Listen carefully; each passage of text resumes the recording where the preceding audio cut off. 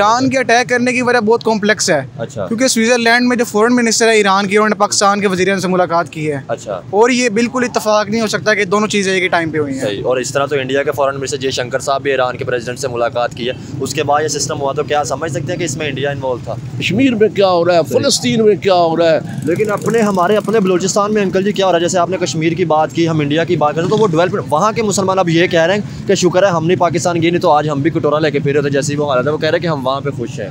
नहीं, कटोरा तो है हमारे पास, ये कटोरा ऊपर से नीचे तक कटोरा ही तो चल रहा है। सही। अंकल जी तरक्की कैसे हो सकती है? आपका तो एक्सपीरियंस है 76 सालों से, कोई भी ऐसा पॉलिटिशियन नहीं है कि जिसने हमेशा आकर यही काट दिया कि इंडिया में मुसलमानों पर जुल्म हो गया। अपने मुल्क को नहीं देखा, जैसे बलूचिस्तान में, अपने कश्मीर या अपने KPK में, सिंध में हालात है, हमने इनको नहीं देखा, हमने हमेशा बाहर की बात ही की है। जब देखना इंडिया तो ऑफ कोर्स हमारे साथ ताल्लुकात अच्छे नहीं है इंडिया के। ठीक है, वो तो ये चाहेगा कि पाकिस्तान को गिराना चाहेगा। ठीक है, तो इसमें 100% वो गिराना पाकिस्तान को जाता है, तो पाकिस्तान क्यों गिरता है? जैसे वो तरक्की करे, पाकिस्तान भी तरक्की करे, वो बात फिर वहीं पर कुर्सी कुर्सी खेड़ते रहो। अच्छा। असी अंदरों पाश हो गए हाँ, तुसी इंज दी सर्विस कीती साडी, असी बिल्कुल वाश हो गए हाँ, तुसी यक्के चारे ले गए हो, असी बदरंगी ताश हो गए हाँ, सानू टुरदे फिरदे ना वेखो, असी जिंदा लाश हो गए हाँ।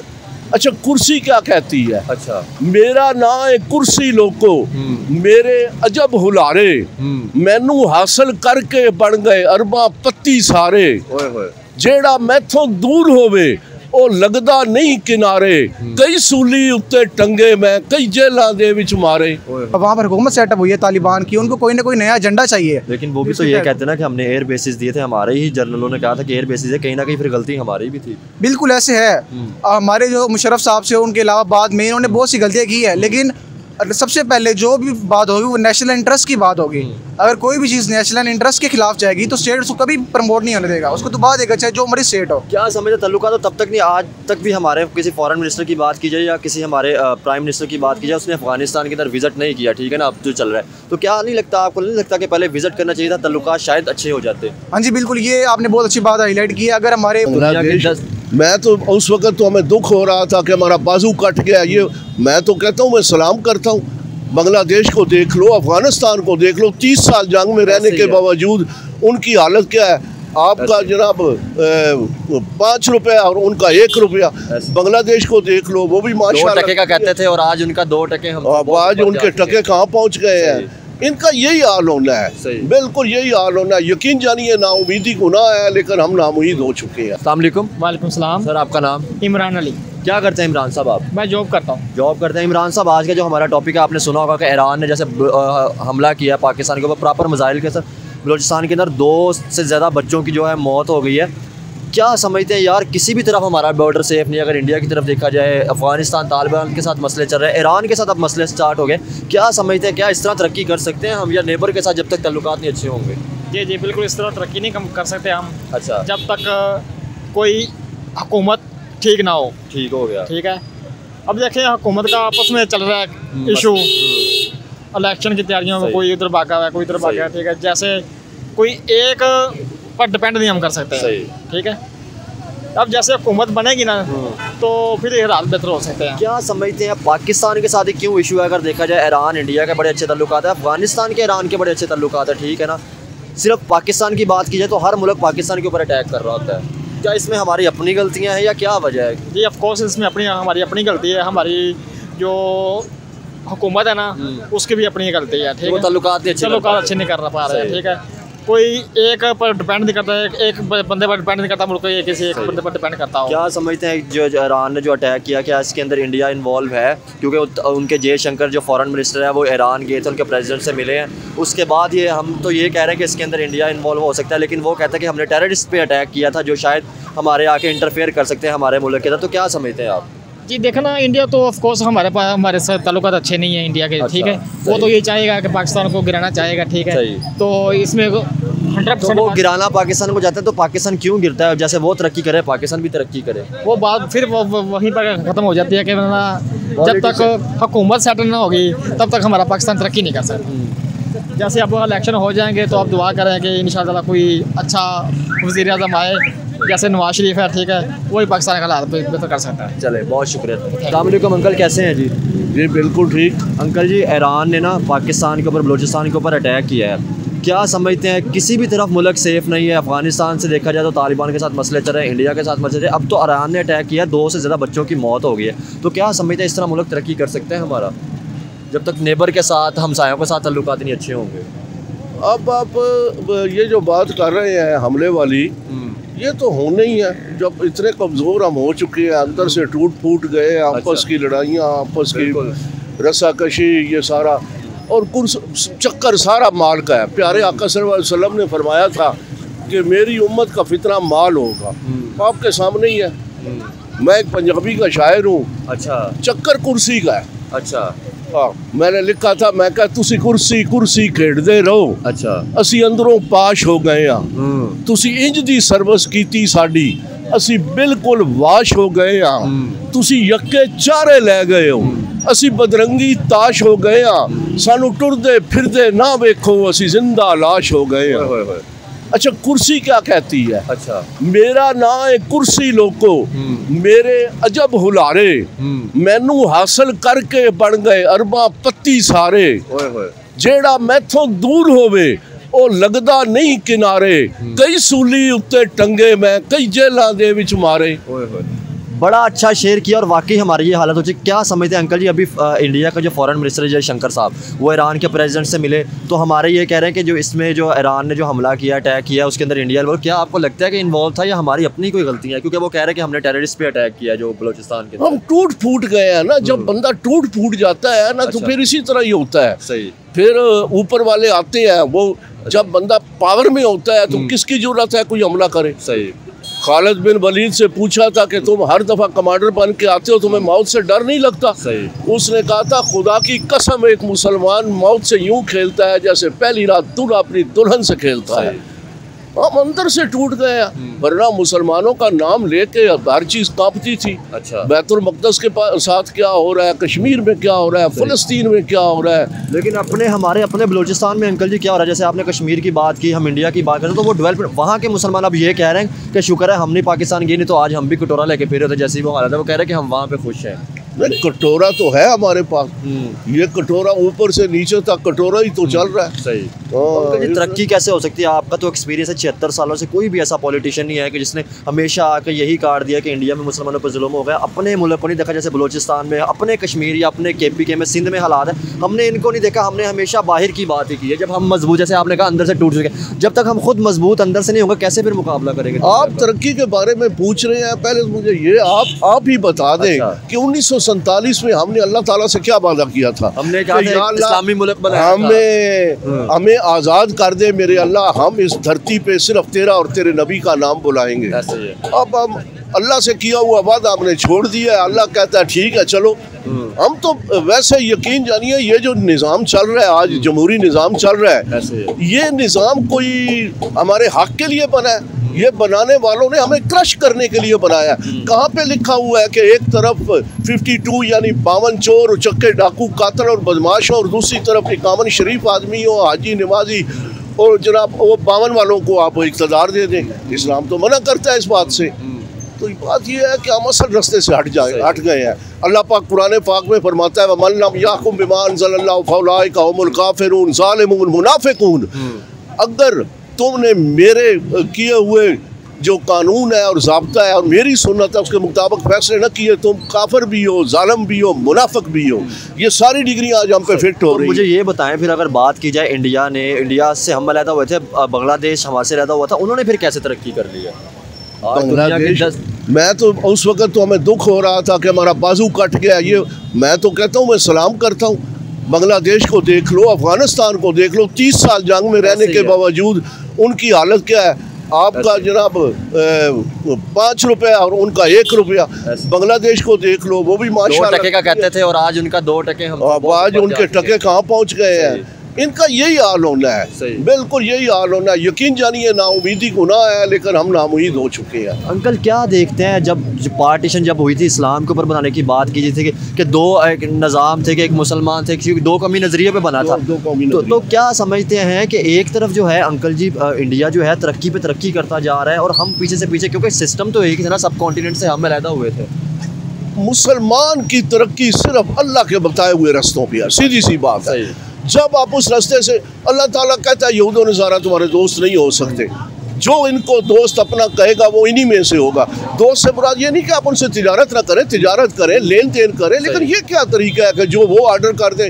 यार ये बताएं, घर आपका हो, बजट मैं बनाऊं, ये कहाँ पे लिखा हुआ है? वैसे आपने की कि आप तिजारत की, जैसे सऊदी अरब जो है सारे मुल्कों के साथ, इंडिया के साथ, सबके साथ तरक्की करें, लेकिन हम क्यों नहीं, हमारे अफगानिस्तान इस्लामी मुल्क उससे ख़राब है, ईरान के साथ हमारे मसले चल रहे हैं, इंडिया के साथ भी तो हमसे ज़्यादा मुसलमान है, 34-35 करोड़ मुसलमान है, बांग्लादेश के साथ हमारे मसले चल रहे हैं। तो कब तक ये ठीक होंगे, कब तक ये तिजारत करेंगे तो बेहतर होगा, कब ये होगा, क्या देखते हैं? मेरी सुई फिर वहीं पे है। अच्छा, आप आज मेरी बात सुने, 32 साल जंग में रहे हैं, पाँव में जूती नहीं थी, तन में कपड़ा नहीं था, कैसा मारा है, कैसा मारा है, 40 मुल्कों को मार मार कर उनका कचूमर निकाल दिया है, और तरक्की भी धड़ाधड़ कर रहे हैं वो, सिर्फ इसीलिए कि अल्लाह के बताए हुए रस्तों पे चल रहे हैं और हम हट गए हैं। हमारा कहाँ निज़ाम ठीक है? कौन सा तिजारत ठीक हो रही है? अदलिया ठीक है, एस्टेब्लिशमेंट ठीक है, इदारे ठीक है, कौन ठीक है? सबको अपनी अपनी पड़ी हुई, ऐसे लगता है जैसे जंग का मौसम है और अफरा तफरी का आलम है, दौड़ रहे हैं माल के पीछे, कुर्सी के पीछे। प्यारे आका सल्लल्लाहु अलैहि वसल्लम ने जब ओहदे तकसीम करने होते थे, यकीन जानिए सहाबा मस्जिद में आना छोड़ देते थे, डरते थे, क्योंकि उन्होंने सुना हुआ था कि जिसको अमीर बनाया उसके कांटों की सेज पे सुला दिया। और यहाँ ओहदा और कुर्सी लेने के लिए जनाब तन मन धन की बाजी लग रही है, और इनको इतना नहीं है, हर तरीके से ही कोशिश करते हैं कि किसी एंड पे फिर हम ये कह देते हैं, जैसे आपने कहा एंड पे हम ये कहते हैं कि इसके पीछे अमेरिका या इंडिया इन्वॉल्व था, जो भी हमारे मुल्क में, तो फिर क्या हम अपने मुल्क में इंटरफेरेंस करने क्यों देते हैं? क्या समझते कि यह हमारी अपनी गलती है? फिर ओ यार गाले में जट कहते ना, कुकड़ी अपनी भैड़ी होवे तो दूजे घर अंडे क्यों देवे? ऐसे ही है, वो गलतियां हमारी हैं सारी, हम उन पे इल्ज़ाम देते हैं जी अमेरिका ये कर रहा है, जी इंडिया ये कर रहा है। किसकी जरूरत है कोई क्या करे?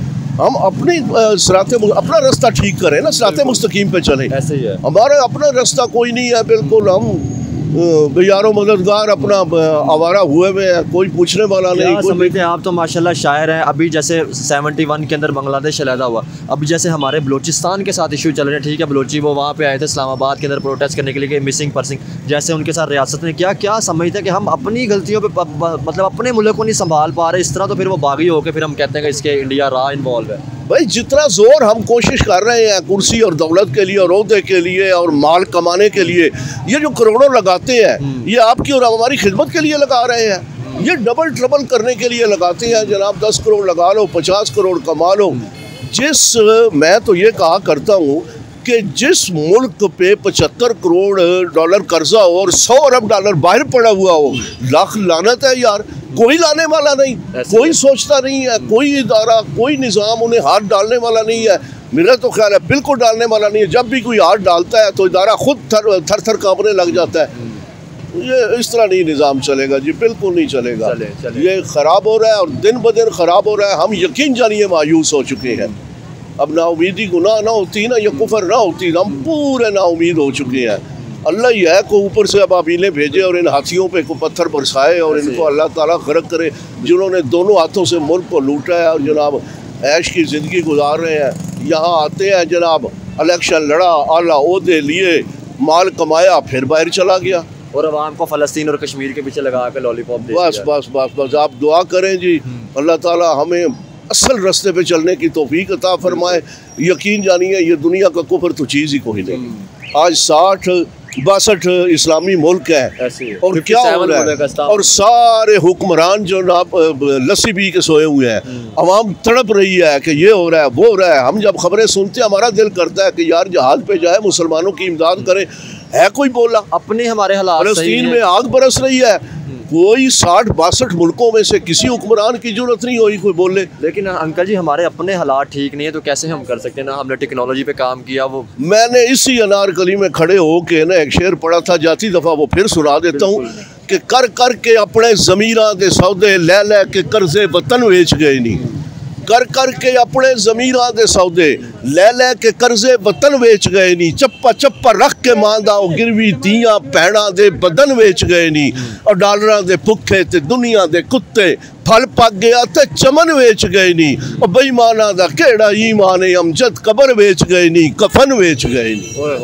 बहुत शुक्रिया। अस्सलाम वालेकुम। वालेकुम अस्सलाम। क्या नाम है भाई आपका? मुदस्सिर। क्या करते हैं मुदस्सर आप? मैं BSIR कर रहा हूँ, इंटरनेशनल रिलेशंस। ओहो, फिर तो मज़ा आएगा। मुझे ये बताएं, IR के स्टूडेंट हैं, क्या वजह है किसी भी मुल्क के साथ ताल्लुकात अच्छे नहीं? जैसे अभी ईरान ने अटैक किया बलूचिस्तान के अंदर, ठीक है, क्या समझते हैं कि हर कंट्री जो है पाकिस्तान के ऊपर ये अटैक कर रहा होता है कि टेररिस्ट है, क्या हम वाकई टेररिस्ट को प्रमोट सपोर्ट कर रहे हैं या ये सिर्फ? देखिए, जब तक स्टेट उस चीज़ को कंफर्म नहीं करती कि वो स्टेट ऑर्गेनाइज्ड है या स्टेट उनको प्रोटेक्ट कर रहा है, तो हम इस चीज़ का सही अंदाज़ा नहीं लगा सकते कि वाकई वो स्टेट उसको टेररिज्म को सपोर्ट कर रहा है कि नहीं कर रहा। तो फिर ईरान के अटैक करने की वजह क्या है? क्या ईरान के अटैक करने की वजह बहुत कॉम्प्लेक्स है। अच्छा। क्योंकि स्विट्जरलैंड में जो फॉरेन मिनिस्टर है ईरान की, उन्होंने पाकिस्तान के वज़ीर से मुलाकात की है। अच्छा। और ये बिल्कुल इत्तेफाक नहीं हो सकता कि दोनों चीज़ें एक ही टाइम पे हुई हैं। और इस तरह तो इंडिया के फॉरेन मिनिस्टर जयशंकर साहब भी ईरान के प्रेसिडेंट से मुलाकात की है, उसके बाद ये सिस्टम हुआ, तो क्या समझ सकते हैं कि इसमें इंडिया इन्वॉल्व था? नहीं, इंडिया इन्वॉल्व इस तरह नहीं हो सकता, क्योंकि उनके अपने जो चाबहार पोर्ट के रिलेटेड इशूज़ हैं वो अभी तक सोल्व नहीं हुए, तो वो उनके वो प्रॉब्लम्स आ रही हैं। जब तक वो उनको उनका मेन वही है कि वो वहाँ सोल्व करने, क्योंकि वहाँ पर चाइना की जो इन्वॉल्वमेंट है चाबहार पोर्ट पे, बिल्कुल ऐसे ही है, वो इतनी बढ़ चुकी है कि अब इंडिया को स्टेप्स लेने पड़ेंगे। सही। लेकिन वो टेररिज्म को सपोर्ट इसलिए नहीं करता निकाल ले कि यूनाइटेड नेशंस में उसको जो वीटो पावर है वो उसके लिए ढूंढा, लेकिन चाइना उसको टैकल करने की कोशिश कर रहा है वहाँ। सही।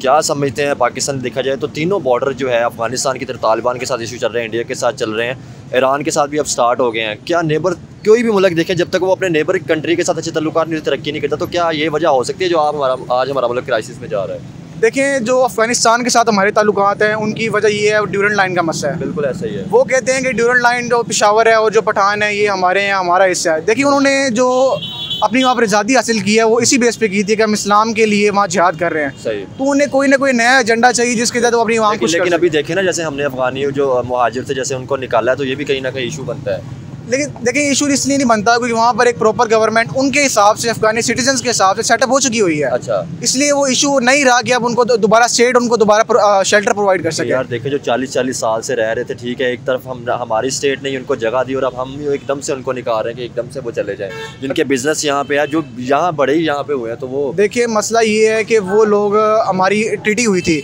अच्छा। कि जो भी अफगानिस्तान से सामान आता है उसके ऊपर कस्टम टैक्स नहीं दिया जाएगा। अच्छा।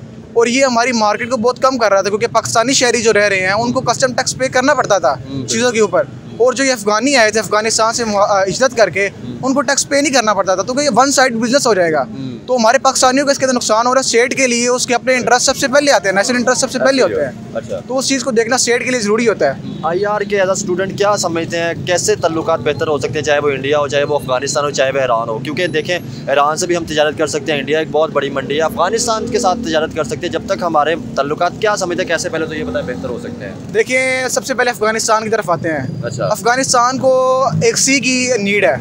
अच्छा। वो उनको गवादर की साइड से मिल जाएगी अगर पाकिस्तान के साथ कोई नया मुआहिदा करता है, लेकिन पहले ये इंश्योर करना होगा कि उनकी तरफ से हमारे ऊपर कोई हमला नहीं आएगा।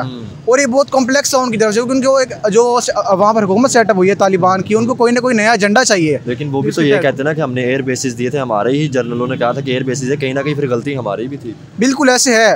हमारे जो मुशर्रफ साहब से उनके अलावा बाद में इन्होंने बहुत सी गलतियाँ की है, लेकिन सबसे पहले जो भी बात होगी वो नेशनल इंटरेस्ट की बात होगी। अगर कोई भी चीज़ नेशनल इंटरेस्ट के खिलाफ जाएगी तो स्टेट उसको कभी प्रमोट नहीं होने देगा, उसको दबा देगा, चाहे जो मर्जी स्टेट हो। क्या समझते तल्लुकात तो तब तक नहीं, आज तक भी हमारे किसी फॉरेन मिनिस्टर की बात की जाए या किसी हमारे प्राइम मिनिस्टर की बात की जाए, उसने अफगानिस्तान के अंदर विजिट नहीं किया, ठीक है ना, अब जो चल रहा है, तो क्या नहीं लगता आपको, नहीं लगता कि पहले विजिट करना चाहिए था, तल्लुकात शायद अच्छे हो जाते? हाँ जी, बिल्कुल, ये आपने बहुत अच्छी बात हाईलाइट की है। अगर हमारे मिनिस्टर्स वाकई इस चीज़ को चाहते, लेकिन अभी ये तो बुरी हुकूमत है, इसलिए तो अभी चले आना 1-2 माह तक। अभी जो नई गवर्नमेंट आएगी, ये देखना ये है कि वो क्या करती है इन नेबरिंग कंट्री के साथ ताल्लुकात को बेहतर बनाने के लिए। अभी ये मायने नहीं रखता कि जो हमारी अबूरी हुकूमत है वो कुछ कर सकती है, क्योंकि ये इतने 2 महीने बाद चले आना है। इसके लिए हुकूमत को बस एक मैनेज करना है, हुकूमत गिरे ना, स्टेट फेल डाउन ना कर जाए या डिफ़ॉल्ट ना कर जाए, उनके लिए ये मेन प्रायोरिटी है। उसको इसलिए फाइनेंशियल पावर दी गई है ताकि स्टेट डिफॉल्ट ना कर जाए, इसके अलावा उनका कोई रोल नहीं है इन फॉरेन पॉलिसी को डिफाइन करने में, फॉरेन पॉलिसी को सही करने में। जो हुकूमत आएगी अवाम की नुमाइंदगी करेगी, सिर्फ वो इस चीज़ को देगी कि हमने ताल्लुकात किस तरह बेहतर करने हैं। अब ईरान की थोड़ी सी बात करते हैं, क्या समझते हैं? ईरान एक तरफ कह रहा है कि जैसे इंडिया ने टेररिस्ट को फेस किया, ठीक है ना, कहीं वो कहते थे कि कश्मीरी हैं वैसे, तो अब वैसे ही ईरान को ना चाह बहार पे ना फेस करने पड़े, तो इसलिए हमने वो अटैक किया। तो क्या समझते हैं, क्या वाकई यही वजह है या इसके पीछे कोई और एजेंडा हो सकता है? इसके पीछे कोई और एजेंडा बिल्कुल है, क्योंकि सिर्फ ये चाह बहार का मसला नहीं है। अच्छा। अगर चाह बहार का मसला होता तो उनको इतना बड़ा अटैक करने का, और फॉरेन मिनिस्टर से उन्होंने बात की है, तो ये चीज़ अंदर से बहुत कॉम्प्लेक्स है, जितनी सादा नजर आ रही है उतनी सादा है नहीं। अगर उन्होंने फॉरेन मिनिस्टर ने मुलाकात की है पाकिस्तान के प्राइम मिनिस्टर से, तो एक बहुत बड़े कॉम्प्लेक्स इशू है, उनको मीटिंग करने की जरूरत ही ना पड़ती अगर ये इतना बड़ा कॉम्प्लेक्स इशू ना होता तो। चले बहुत शुक्रिया।